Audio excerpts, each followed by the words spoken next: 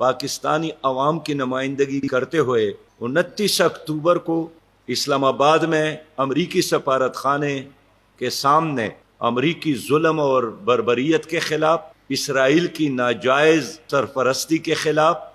اور غزہ پر اس ظالمانہ حملوں اور بمباری کے خلاف غزہ مارچ کا اعلان کرتے ہیں۔ میں تمام بزرگوں سے اپیل کرتا ہوں، نوجوانوں سے اپیل کرتا ہوں، بہنوں اور ماؤں سے اپیل کرتا ہوں، بچوں سے اپیل کرتا ہوں کہ اس غزہ مارچ میں شرکت کر کے اس بات کا ثبوت دے کہ ہم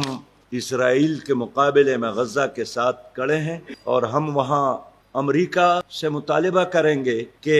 اس ظلم کو بند کرے، اسرائیل کو کنٹرول کرے اور غزہ کا محاصرہ ختم کرے، امداد کے لیے